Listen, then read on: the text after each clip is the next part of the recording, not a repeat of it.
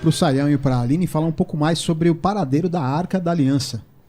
Ó, interessante o assunto. Eu vi um papo lá da Etiópia, lá, né? De judeus etíopes. De cristãos. É cristão, não são judeus? Não são judeus. Tá. Então é o seguinte, a Vamos lá. Arca da Aliança... Uma coisa que... Desculpa, tem segundos eu já pausei o vídeo, perdão. Mas olha, a história do judaísmo etíope, ela é muito bonita. Muito bonita. E não se resume aos chamados falachas, que às vezes é tomado até como um termo pejorativo por alguns para a questão dos judeus negros. Eu gosto muito de alguns ensaios do Rafael Patai, antropólogo e historiador judeu, que ele fala um pouco em algumas de suas obras, até quando ele vai tratar acerca da tradição mística do judaísmo, ele vai falar acerca dos judeus etíopes, que não é um fenômeno moderno, como alguns às vezes querem afirmar, mas que, na verdade, né, até a própria Bíblia, o próprio Talmud, fica buscando, em algum momento, a associação entre judeus e a Etiópia no mundo antigo. Ah, na Bíblia não tem isso. A mulher cuxita de Moisés é um exemplo. A própria história no Talmud, que nós já lemos o Talmud aqui, dizendo que Moisés em algum momento chegou a ter ali um cargo de governança na Etiópia. É exatamente isso. E nós sabemos que, na verdade, essa história é de um outro personagem. Nós lemos aqui no Verdades Ocultas da Bíblia, lemos o trecho do Talmud, lemos a explicação do historiador egípcio Ahmed Usman. Nós fomos a fundo nisso que o Talmud diz e que, na verdade, né, ali o Talmud, quem escreveu, tenta associar, pegar um acontecimento que foi com um determinado personagem africano e trazer isso como se fosse Moisés, a não ser que o Talmud queria dizer que Moisés é uma outra pessoa, que até o Moré, né, o mestre Jartov Ben Gerudá, já nos trouxe aqui também esta questão. Então, lembrando que o judaísmo etíope é uma tradição muito antiga mesmo. A questão dos falachas é uma questão moderna, atual, e sim, a tradição cristã na Etiópia é muito antiga, assim como a tradição judaica é muito antiga. Mas para você ter acesso à literatura especializada, você precisa pesquisar em inglês. Em português, praticamente nós não temos historiadores que se debruçaram sobre essa questão. Então você não vai encontrar nada praticamente em português na internet, a não ser associado à questão dos falachas. Mas em inglês você vai encontrar muita coisa boa de PhD em história, de gente de campo, de pesquisa histórica, que vai trazer boas evidências para vocês, tá bom? Então vamos lá, vamos continuar. É o objeto mais importante do mundo judaico-bíblico. Era a arca que foi construída segundo as instruções de Deus. Dentro dela ficavam as tábuas da lei e também provavelmente a vara de Arão e um pote de maná. E essa arca ficava dentro do templo de Jerusalém. O estranho é porque não tem imagens para os judeus, mas nessa arca tinham dois querubins. Tinham dois querubins. Por quê? Tem um significado? Posso dizer porque Deus mandou. Ah, tá. Literalmente Deus ordenou colocar dois querubins em cima. Mas a ideia não é adorar os querubins. O problema de imagens, normalmente, é que elas são um desvio para adoração. Entendi. Mas talvez porque o local fosse tão conectado com Deus, está escrito que Deus falava de cima do propiciatório, que é o nome dessa tampa onde ficavam os querubins. Então, estava a presença de Deus tão forte ali que talvez o pessoal nem pensasse em adorar os querubins.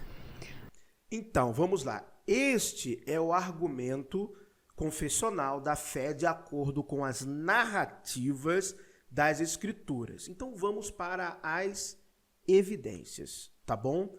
Então a primeira coisa que você tem que entender é que desde Champollion, que foi ali o egiptólogo, o primeiro egiptólogo, por assim dizer, que decifrou, né, a pedra de Roseta, você já está vendo algumas imagens aqui antes até de eu começar a falar, beleza? O que acontece? Essa representação iconográfica do tabernáculo, toda ela é inspirada, ou toda ela não, a maioria dos itens, utensílios, são inspirados na iconografia que já existia no Egito. O egiptólogo, o arqueólogo arqueólogo, melhor dizendo, Howard Carter, que descobriu a tumba de Tutankhamon e veja bem o que havia lá. Então, por exemplo, nós temos as placas, né, de ouro ali que estavam representados e trazidos nesses artefatos que foram encontrados na tumba de Tutankhamon, que já haviam a representação dos querubins com as asas voltadas para dentro. Então já começamos por aí. Isso já existia no Egito, muito antes de narrativa bíblica. Outra coisa também é a Arca da Aliança.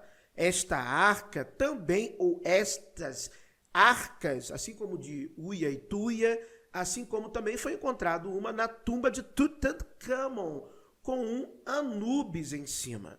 Então você pode até falar assim, mas a arca bíblica, ela tem uma tampa do propiciatório, como a Aline falou, com os querubins com as asas voltadas para dentro. Eu não discordo de você, não discordo da descrição bíblica, mas isso já existia no Egito. Já estava lá, no Egito. Então, com todo respeito a todos aqueles que creem, eu também sou um cristão, eu só não sou apologeta, que eu sempre falo que nós temos que tomar muito cuidado com a apologese, que ao invés de ser defesa da fé, pode ser a defesa da arte da mentira, do desvio da verdade. E a verdade importa, e nenhuma religião é superior à verdade.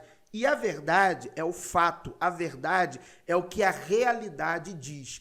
Então, nada pode subverter a realidade. Então, a realidade é que estas iconografias já existiam no Egito. Eu já fiz live, já fiz 3 vídeos falando de diversos artefatos que vão se assemelhar às questões do tabernáculo bíblico e que eles já existiam no Egito.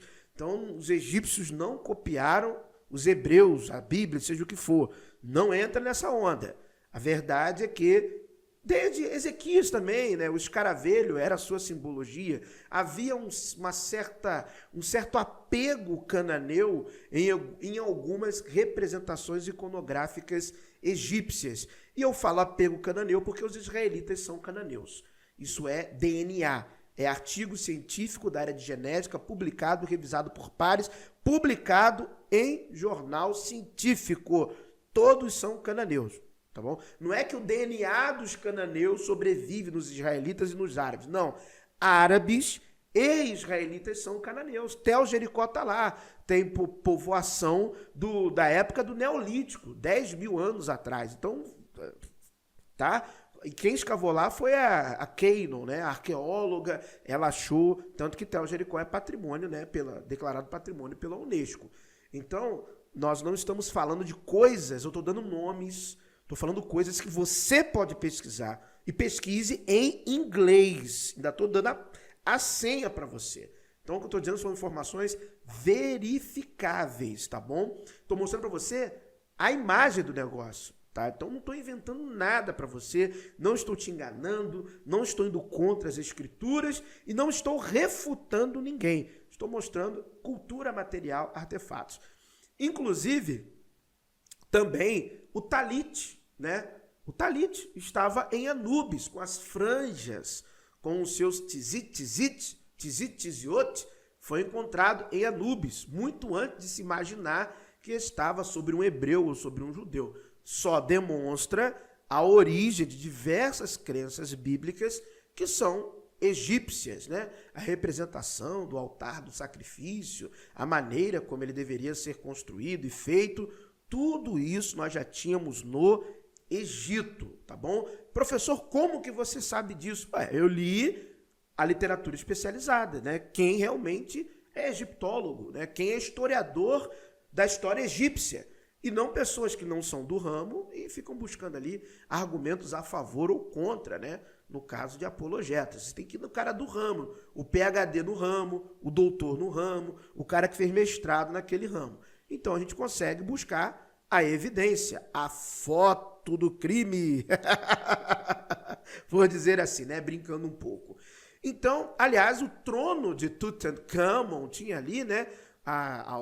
Aí eu gostaria de perguntar até a Érica se são uréus, né, ou uraels, ou mais que a pronúncia correta é uréus, que vai dar origem, nós mostramos aqui, através de um livro de 2 arqueólogos, né, que vai dar origem à questão dos serafins, que são as serpentes ardentes. Nós vimos a iconografia dos uréus, as serpentes aladas com 2 asas, com 4 asas, e na Bíblia vai parar a de 6 asas. Então nós vamos lá que serafins são seres ardentes, serpentes ardentes, tá bom? Então você vê aqui no encosto do trono de Tutankhamon que tem esses seres também alados.